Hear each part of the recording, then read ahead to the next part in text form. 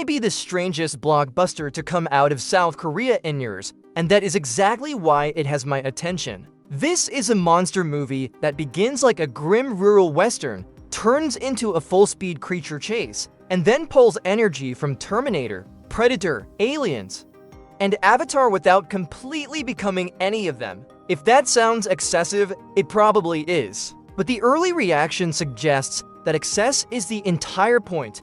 Written and directed by Hong-jin, Hope arrives with enormous expectations. Na has not made a feature film since The Wailing in 2016, and instead of returning with something small, he has built one of the most expensive Korean productions ever made. The story is set in Hope Harbor, a worn-down rural town that seems to exist somewhere between the 1970s and 1980s. Hwang Jung-min plays the local police chief, a hard-edged lawman who looks like he belongs in a western rather than a science fiction epic. The mystery begins with something deceptively simple. Hunters discover a dead cow covered in deep claw marks. At first, everyone assumes they are dealing with an animal, a tiger, a bear, something dangerous but understandable. Then the damage gets worse, the town begins falling apart, and the investigation turns into something much bigger. That is where Hope stops behaving like a normal monster movie. For almost the entire first hour,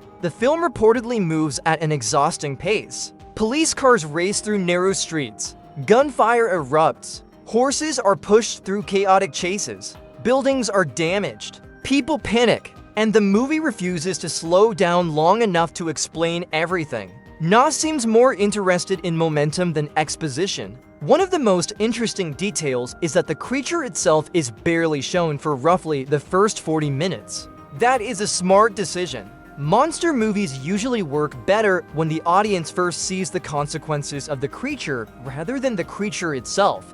Destroyed property is scarier than a clean CGI reveal. Strange wounds are more effective than a full-body shot. The imagination is always better at creating scale than visual effects. And that becomes especially important because one of the biggest criticisms surrounding Hope is the CGI. Once the creature is finally revealed, some of the digital work reportedly looks more like a video game than a major theatrical production. That is disappointing, especially considering how expensive the film is supposed to be. But the practical action may be strong enough to compensate for it. The driving sequences, horseback stunts, and physical destruction are being described as some of the movie's biggest strengths. There is a rawness to live-action chaos that digital effects still struggle to reproduce. When a car loses control or a horse is moving at full speed, the audience feels the difference. The police chief is also not presented as an invincible action hero. He is tough, experienced, and determined, but he is also frightened. That instantly makes him more believable. Hwang Jung-min seems to be playing exactly that type of man. Someone who looks like he should be able to control the situation, only to realize that the situation is far beyond anything he understands. The supporting cast makes the movie even more interesting. So In-sung appears as the police chief's outlaw cousin, creating another layer of tension inside the group. Jung Ho-yeon, who became internationally known through Squid Game, plays an aggressive and heavily armed ally who joins the hunt. Then there are Michael Fassbender and Alicia Vikander. Their involvement is still one of the strangest elements surrounding the film. Their roles have reportedly been kept intentionally mysterious, which makes me suspect the movie changes direction again once they enter the story. There are obvious traces of Predator in the forest pursuit. There is a sense of Aliens in the heavily armed survival action. Some of the science fiction imagery moves toward Avatar territory, while the relentless mechanical energy occasionally recalls Terminator. But the important question is whether Hope feels like a collection of references or whether Na manages to turn those influences into something uniquely Korean. That is where the movie may become more than a giant creature spectacle. Early reactions suggest that beneath all the noise, Hope is also interested in human weakness, prejudice, fear, and the way communities react when something completely unfamiliar enters their world. That is very consistent with Hong-jin's previous work. The Wailing was not simply a horror movie about supernatural events. It was about uncertainty, Everyone believed they understood what was happening, and almost everyone was wrong. Hope seems to be playing with a similar idea on a much larger scale.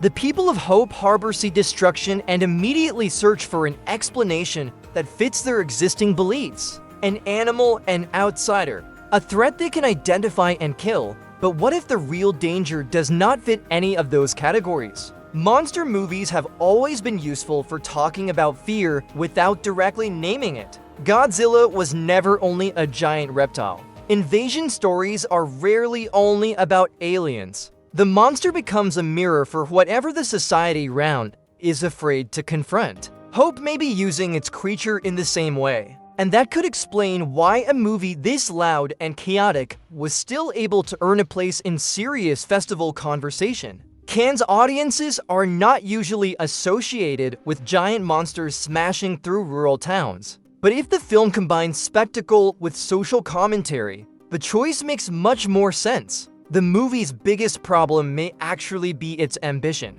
At more than 2.5 hours, Hope is reportedly exhausting even by blockbuster standards. And the ending is apparently abrupt enough to feel like the story simply stops before the larger conflict is resolved. That could be frustrating, but it may also be deliberate. If the movie ends with major questions unanswered, Na may already be planning a continuation. The scale of the production, the amount of world building, and the unexplained elements surrounding the creature all suggest that Hope could be designed as the beginning of something larger. Personally, I would rather see an ambitious monster movie fail because it tries too much than watch another perfectly competent film that I forget the moment the credits start. And Hope definitely does not sound forgettable.